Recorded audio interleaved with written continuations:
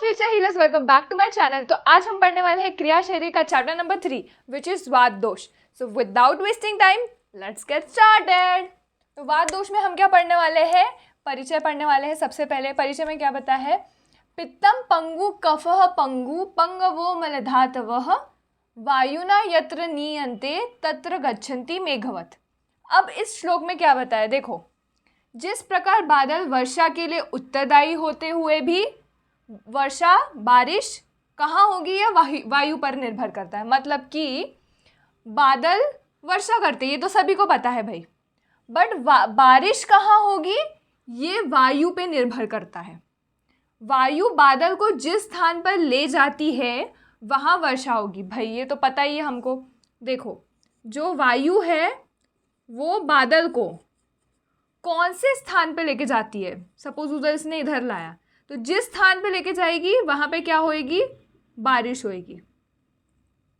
उसी प्रकार पित्त और कफ, ये जो दोनों दोष हैं, ये गतिशील नहीं है। कहने का मतलब क्या है? पित्तम पंगु कफ पंगु, यही इस सेंटेंस का मीनिंग, इस श्लोक का मीनिंग यही है। पित्त और कफ गतिशील नहीं है। मतलब क्या? पित्त भी लंगड़ा है, कफ भी लंगड़ा है, लंगड़ा, और यहाँ पे भी लंगड़ा। उनको गति वात प्रदान करती है। तो उनको गति कौन प्रदान करता है? वात प्रदान करती है, दोनों दोष को। देयरफॉर क्या हो गया? वात दोष को सबसे महत्वपूर्ण माना गया है, क्योंकि ये जो दोनों लंगड़े प्राणी हैं, पित्त और कफ, इनको चलाने का काम, इनको गति देने का काम कौन करता है? वात दोष। इसीलिए वात दोष को सबसे महत्वपूर्ण माना गया है। तो अभी पढ़ेंगे निरुक्ति, वात की निरुक्ति। वात शब्द की निरुक्ति उत्पत्ति कैसे हुई? वा गति गंधनयो इति धातु से हुई है, ठीक है। वा गति गंधनयो, धातु से गति एवं गंधन अर्थ में की गई है। अब देखो, वा मतलब क्या हो गया? वा धातु है, यहाँ पे इसी धातु से इसकी उत्पत्ति हुई है। कैसे हुई है? वा धातु में तन लगा दिया गया, उसके बाद क्या हो गया? वा तन, और ये न को मतलब लोप हो गया, न का मतलब आप बोल सकते हो डिलीट हो गया, तो क्या बचा? वात। इससे हुई है, ये इंपॉर्टेंट नहीं है, बस ये समझने के लिए कि भाई कहाँ वात शब्द कैसे बना है, ठीक है। तो अब वा शब्द के दो अर्थ लिए गए हैं। क्या अर्थ लिए गए हैं? गति एवं गंधन। अब गति का क्या देखो, गति के 4 अर्थ हैं। अब गति के भी 4 अर्थ माने गए हैं। क्या है? गमन, ज्ञान, प्राप्ति, मोक्ष, ये 4 अर्थ है गति के। गंधन किस अर्थ में भी बोला गया है? उत्साह, हिंसन और सूचन। मतलब वा का अर्थ क्या हो गया? 2 अर्थ में, गति और गंधन। अब गति और गंधन भी किस अर्थ में कहे गए हैं, ये उनके अर्थ हैं कि भाई इन वर्ड से गति और गंधन कहा गया है। नेक्स्ट पॉइंट क्या है? विकृतावस्था में शरीर को पीड़ा पहुंचाते हैं, इसलिए वात को हिंसन और पीड़ा जनन कहा गया है। क्योंकि क्या है? ये शरीर को पीड़ा पहुंचाते हैं, इसीलिए इनको हिंसन और पीड़ा जनन कहा गया है। उसके बाद क्या है? स्वरूप। स्वरूप में क्या बताया गया है? सुश्रुत जी कहते हैं भाई वात को स्वयंभू कहते हैं। क्यों माना है? क्योंकि इसलिए गति सर्वत्र होती है। इसकी गति सर्वत्र होने के कारण इसको स्वयंभू कहा गया है। वायु के द्वारा शरीर में चैतन्यता आती है। वायु के द्वारा शरीर में क्या आती है? चैतन्यता, ठीक है। तो आगे है, वात अचिंत्य वीर्य संपन्न होता है। वीर्य मतलब क्या हो गया? शक्ति। अचिंत्य वीर्य मतलब कि ऐसी शक्ति है जो कल्पना से परे है, वात में होती है। श्रुत क्या कहते हैं? त्रिदोष में प्रधान होने के कारण व्याधि उत्पादन में प्रधान होता है, ठीक है। मतलब त्रिदोषों में, तीनों दोषों में, वात पित्त कफ में वात प्रधान होता है, उसी के कारण ये व्याधि उत्पन्न करने में भी प्रधानता रहती है इसकी। तो मतलब इसका मतलब शॉर्ट में क्या बोलेंगे? जितने जल्दी वात और पित्त और कफ से व्याधियाँ नहीं होती, उससे उतने जल्दी वात से होती है। अगर वात विकृत हो गया तो व्याधि हो जाएगी जल्दी। इसलिए इसे क्या कहते हैं? सुश्रुत दोषाणाम नेता रोग समूहराट, रोगों का समूहराट। जैसे हमारे देश के नेता हमारे देश को चलाते हैं, वैसे ही ये भी दोषों का नेता है। वात, याद रखना। अभी इसका पंचभौतिक स्वरूप इसमें क्या कहा गया है?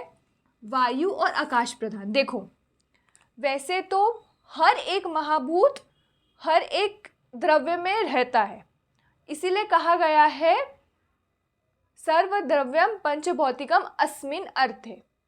सारे द्रव्य पंचभौतिक है, पर कुछ जो महाभूत रहते हैं उसकी प्रधानता होती है।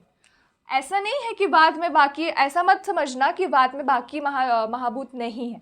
वात में सारे महाभूत है, बट वायु और आकाश महाभूत की प्रधानता होती है। ये इसका पंचभौतिक स्वरूप है।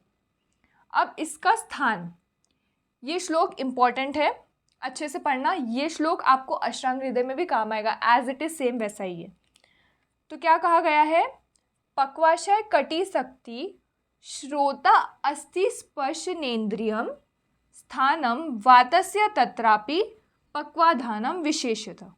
देखो अच्छे से समझो क्या है। पक्वाशय बोलने से क्या हो गया? लार्ज इंटेस्टाइन, ठीक है। ये क्या है? कटी। कटी मतलब क्या होता है? वेस्ट, कमर। शक्ति मतलब क्या होएगा? थाई, ठीक है। उसके बाद श्रोत, श्रोत हो गया आपके ईयर्स, ठीक है। तो अब जो ये आप लोग को पता नहीं होगा इसको क्या बोलते हैं। ये जो होता है ना, ऐसे करते हैं, ये अवग्रह होता है। ये आप जाके, ये साइन है, ये साइन है, इसको बोलते हैं अ। जब आप इसको बोलोगे ना तो इसको अ बोलते हैं, संस्कृत में पढ़ लोगे इसको। तो ये क्या हो गया? अस्थि। अस्थि मीन्स क्या? बोन, ठीक है। स्पर्शनेन्द्रियम, स्पर्शनेन्द्रियम मीन्स स्किन, ठीक है। उसके बाद क्या है? स्थानम वातस्य। ये सारे जो है यहाँ से, ये स्थान किसके? वात के।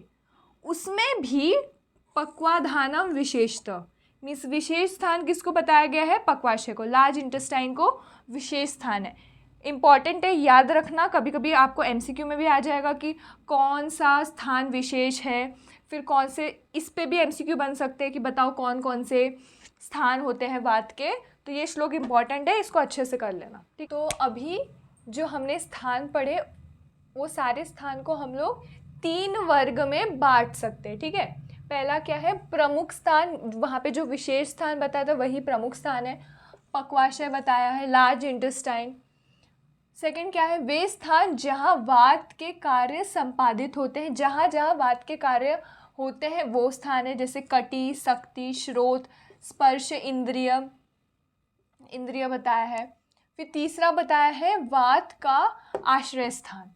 आश्रय हम लोग पढ़ेंगे आगे। वात और अस्थि का आश्रय संबंध होता है, तो आश्रय स्थान अस्थि है। तो 3 स्थानों में 3 वर्ग में बांट दिया गया है।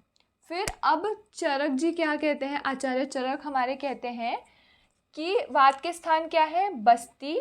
बस्ती मतलब आप इसको यूरिनरी ब्लैडर बोलो, ठीक है, यूरिनरी ब्लैडर। पुरीषाधान मतलब आपका रेक्टम हो गया। पाद मीन्स लेग्स, फीट बोलो इसको, पाद इज फीट, नीचे वाला। और कटी, अस्थि, पक्वाशय मैंने बता दिया है।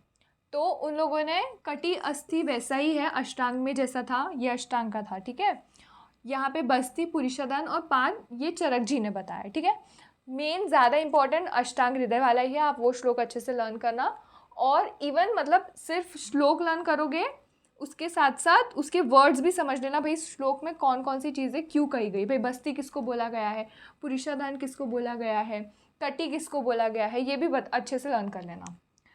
इंग्लिश में आपको पता रहना चाहिए कि कौन कौन सा बॉडी पार्ट्स बोला है। अब नेक्स्ट है गुण। गुण में इन्होंने 4 इसमें डिवाइड कर दिया है, 4 टाइप्स के गुण बता दिए इन्होंने, 4 कैटेगरीज में डिवाइड किया है। भौतिक गुण में क्या कहा गया है?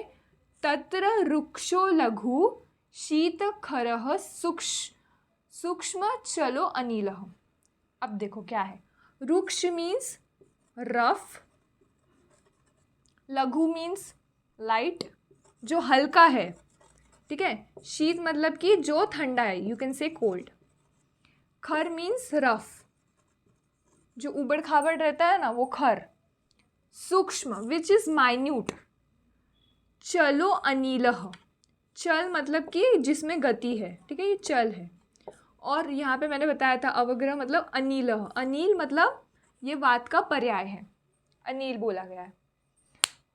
उसके आगे चरक जी ने क्या बताया है, ये आपको अष्टांग का, ये श्लोक याद कर लेना, ये श्लोक इम्पॉर्टेंट है, ये अष्टांग हृदय का श्लोक है, इसको करना अच्छे से लर्न कर लेना। फिर चरक सूत्र स्थान में क्या बताया है, इसके अलावा ये सारे तो बताए हैं, एक विशद, एक एक्स्ट्रा बताया है। वैसे चरक में बहुत सारे ये गुण, वात के ही अलग अलग टाइप के गुण बताए गए हैं अलग अलग श्लोक में।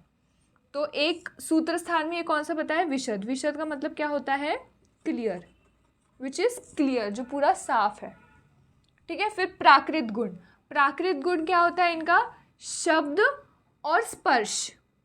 अब शब्द क्यों होता है, शब्द इसलिए होता है क्योंकि आकाश महाभूत, इसमें क्या बताया, मैंने आपको बताया था, यहाँ पे नहीं लिखा है, ठीक है कोई बात नहीं।